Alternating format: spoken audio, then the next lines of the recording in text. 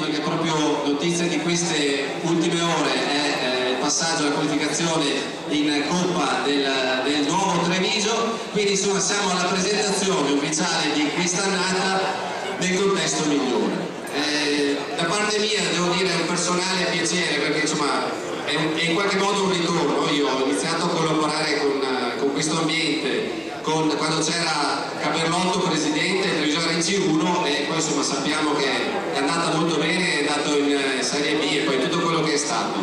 Speriamo insomma che sia di nuovo un ripercorrere questa strada. Nel frattempo ho qui con me un'amica, una collega, una grande esperta di calcio, si alza dalla panchina, Adese di Treviso 1. Ciao, buonasera a tutti!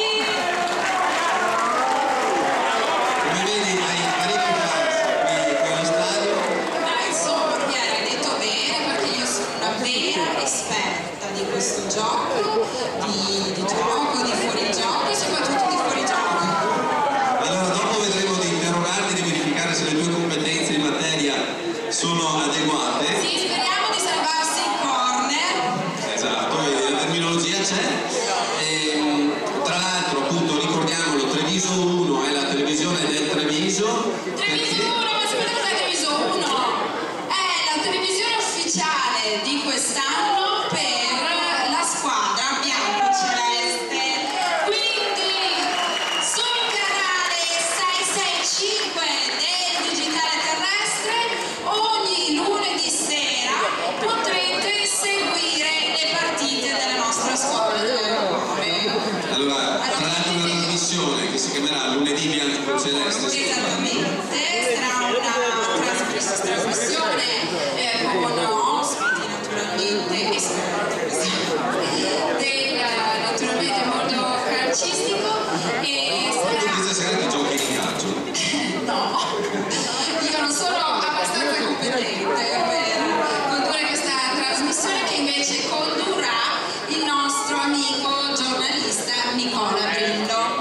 E poi ci sarà, senti un ritorno, C'è lei. naturalmente poi ci sarà anche una cronaca seguita da Luca Candido, e quindi insomma tutti i lunedì sera alle 20:40 potrete vedere le partite della nostra squadra del cuore. Anche Benissimo. tutte le domeniche saranno qui. Allora, io immediatamente chiamerei qui con noi, e penso quello che è il primo tifoso di questa squadra da sempre, Ma è il grande protagonista della nostra città. il prosindaco Giancarlo Gentilini. Con fascia tricolore è entrato tante volte in campo su questo manto ermoso, un grande difensore, buonasera prosindaco, un grande affezionato di colori biancocelesti. Quando ha potuto ha fatto il massimo, anche di più, per stare vicino a questa squadra, a questa società, e siamo tornati tra i professionisti. Si vedete, io auguro a Treviso di tornare in Serie A, perché questo è il mio sogno, perché vedere un campo verde così e vedere le tribune vuote, a me viene il magon, come diciamo noi. Io voglio vedere le tribune piene, tutti urlare viva Treviso, e questo io credo che sono su una buona strada, perché finalmente Treviso ha una società. I giocatori vanno bene, ma prima ci vuole la società.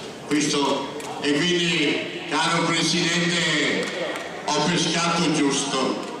Alle volte bisogna avere anche fortuna, e sapete, Gentilini è un vincente e quindi ha pescato bene. Un saluto a tutti. Ma sì, aspetti un attimo, Io nel 1947 giocavo in questo stadio. Erano squadre parrocchiali, ma vedete, il mio amore per la città di Treviso risale a quegli anni.